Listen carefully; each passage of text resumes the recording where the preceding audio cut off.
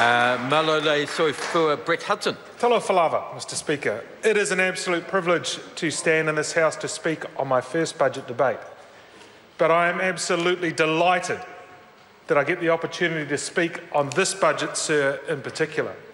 A budget that continues on with the strong economic and fiscal responsibility that this government has shown now for 7 years, and which, sir, takes advantage of the settings which the country sees itself at now and into the future to help those in the most need.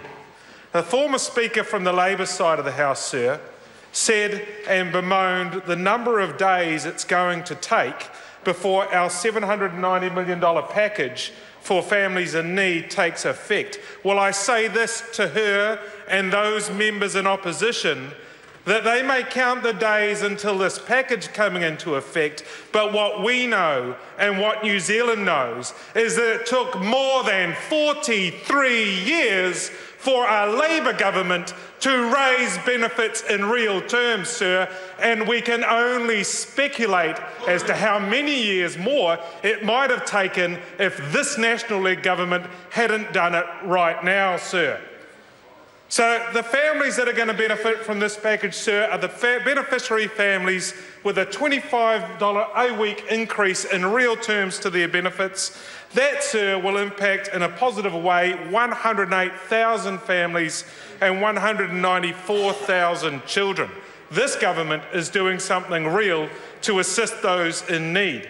And along with that, improvement to those in the most need, sir, we are continuing with our plan to grow the economy, to increase jobs and incomes. A plan, sir, that has seen 194,000 jobs created since 2011 and a forecast of a further 150,000 jobs over the next 4 years.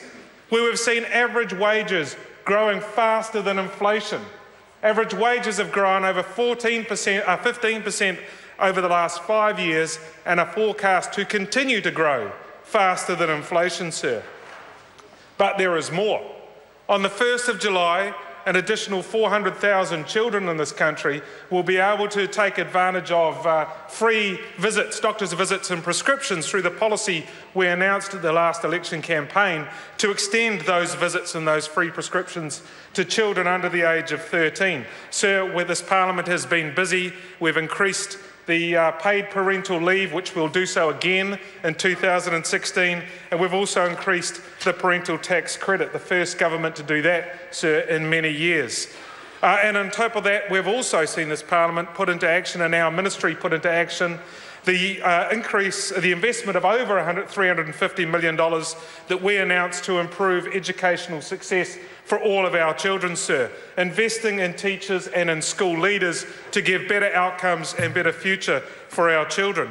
And this government has shown again with this budget a very strong concern and an action to help our most vulnerable and our future. So in addition, sir, to the money we're giving to beneficiary families, we've also announced that for low and very low income working families, an additional assistance of between $12.50 and $24.50 a week, sir, because we recognise that while work is the best means to lift families out of hardship, simply getting a job isn't enough for every family to get them to the place where we and they aspire to be.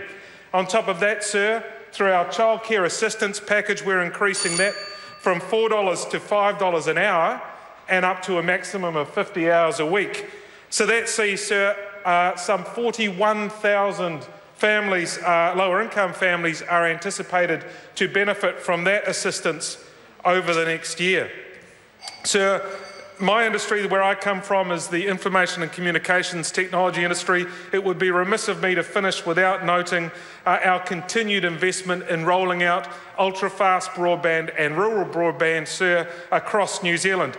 There is an additional $350 million boost for our world-class connectivity, $210 million from the Future Investment Fund for ultra-fast broadband to expand that to cover 80% of New Zealand population, and an additional $150 million of funding to extend this rural broadband capability, sir, to make sure that rural New Zealand can also share in the benefits of such connectivity. So this is a commendable budget one I am extraordinarily proud to stand here and represent, and I commend this to the House. Very strong. Malolei Soifua Ria Bond. Thank you, Mr. Speaker. I'm happy